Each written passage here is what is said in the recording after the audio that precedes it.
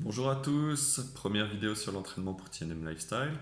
Le sujet du jour, ça va être la position des coudes sur le squat. Les coudes, comme la tête, comme la position des pieds, comme la façon d'engager le mouvement, la position de la barre, toutes ces petites choses ont une importance dans l'exécution et dans l'atteinte des objectifs que vous êtes fixés. C'est ce que j'appelle les facteurs d'influence. Donc aujourd'hui, on va parler des coudes. Les coudes, souvent, on s'en soucie au départ du mouvement. On va faire attention à positionner les mains et les coudes d'une certaine façon. En avant de la barre, sous la barre, peut-être volontairement légèrement en arrière, plus ou moins écarté. On va faire attention à ça au départ, quand la barre est sur le rack. Ce qui va moins m'intéresser, c'est la dynamique des coudes dans le mouvement. Comment, sous une contrainte de poids, avec de la fatigue, les coudes vont bouger? Comment le corps va nous parler? Le mouvement des coudes dans un mouvement va nous permettre d'avoir des indications. Le corps va nous parler et nous révéler certaines choses cachées. Par exemple, si la personne sous contrainte ou sous fatigue commence à emmener les coudes vers l'arrière, deux possibilités. La première possibilité, se protéger d'une faiblesse. Par exemple, la faiblesse pourrait être antérieure au niveau des abdominaux. Donc, si la personne a une faiblesse au niveau de la sangle abdominale antérieure défléchisseur, alors les coudes peuvent légèrement partir en arrière, monter, pour pouvoir forcer le corps à fermer un petit peu et à augmenter la contraction de façon artificielle et mécanique. L'autre possibilité, c'est d'augmenter la dominance. On va tous utiliser à un moment donné plus ou moins une dominance, les fessiers, les quadriceps pour un squat. À ce moment-là, la position des coudes va pouvoir jouer sur ces dominances plus ou moins. Si la personne sous fatigue va pousser les coudes vers l'arrière, le centre de gravité va être amené à être déplacé vers l'avant. Le buste va pencher légèrement plus et souvent on va accentuer la flexion. Du coup, on va chercher à recruter un petit peu plus les ischios, les fessiers pour aller chercher l'extension de hanche plutôt que les quadriceps. Donc, la position des coudes va pouvoir soit corriger une faiblesse antérieure, soit chercher à augmenter une dominance pour lutter contre la fatigue et la contrainte qui est présente. Pour la position vers l'avant, c'est l'inverse. Plus vous allez monter, plus vous allez chercher à recruter tous les muscles paravertébraux et aider à l'extension, à l'ouverture. Souvent, quand on va faire du front squat, on va demander coude haut, et on va créer ce mouvement-là.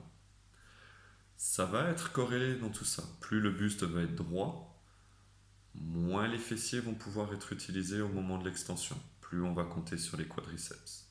Et là, par exemple, il y a quelque chose qui est intéressant par rapport au front squat. Beaucoup de personnes, avec la fatigue et les contraintes, perdent la barre parce que les coudes descendent. 99% du temps, on explique ça par un problème de haut de dos qui n'est pas assez fort. Il n'y a pas assez de force pour tenir les coudes.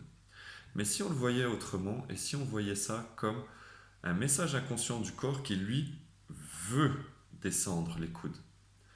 C'est pas une erreur, c'est pas un manque de force, c'est une volonté de descendre les coudes pour aller soit recruter les abdominaux et pouvoir augmenter la pression intra-abdominale pour maintenir la charge, peut-être pour protéger un peu plus la colonne vertébrale, ou alors, par un manque de force des quadriceps, aller engager un petit peu plus les fessiers et les ischios pour pouvoir aller chercher la dominance et remonter.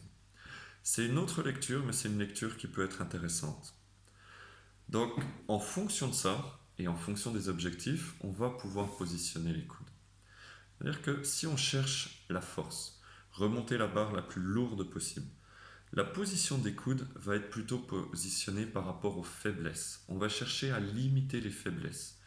Quelqu'un a une sangle abdominale faible antérieure, alors on va plutôt lui demander de monter et de verrouiller les coudes en arrière.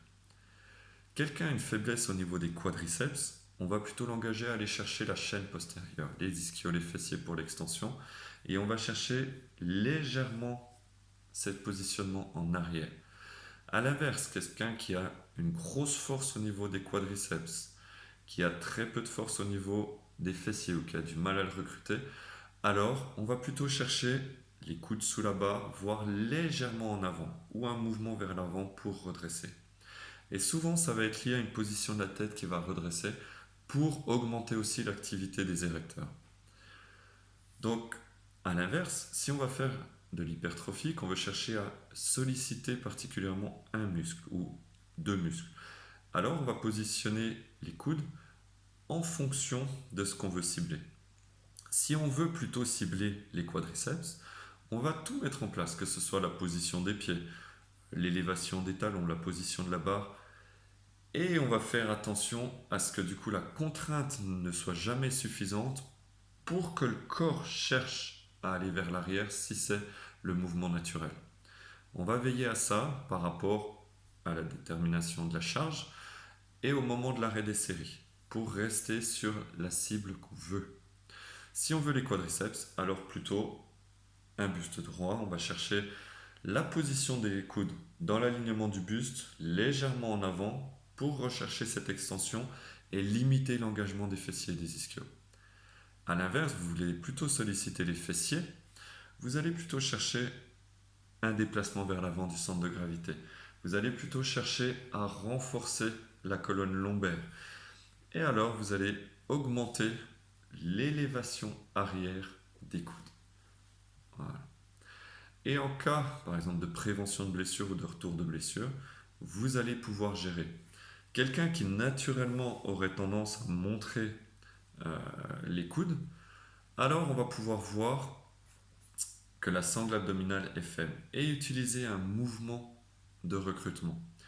Le Zer Chair Squat, par exemple, est un très bon mouvement pour forcer le corps à contracter cette sangle abdominale antérieure.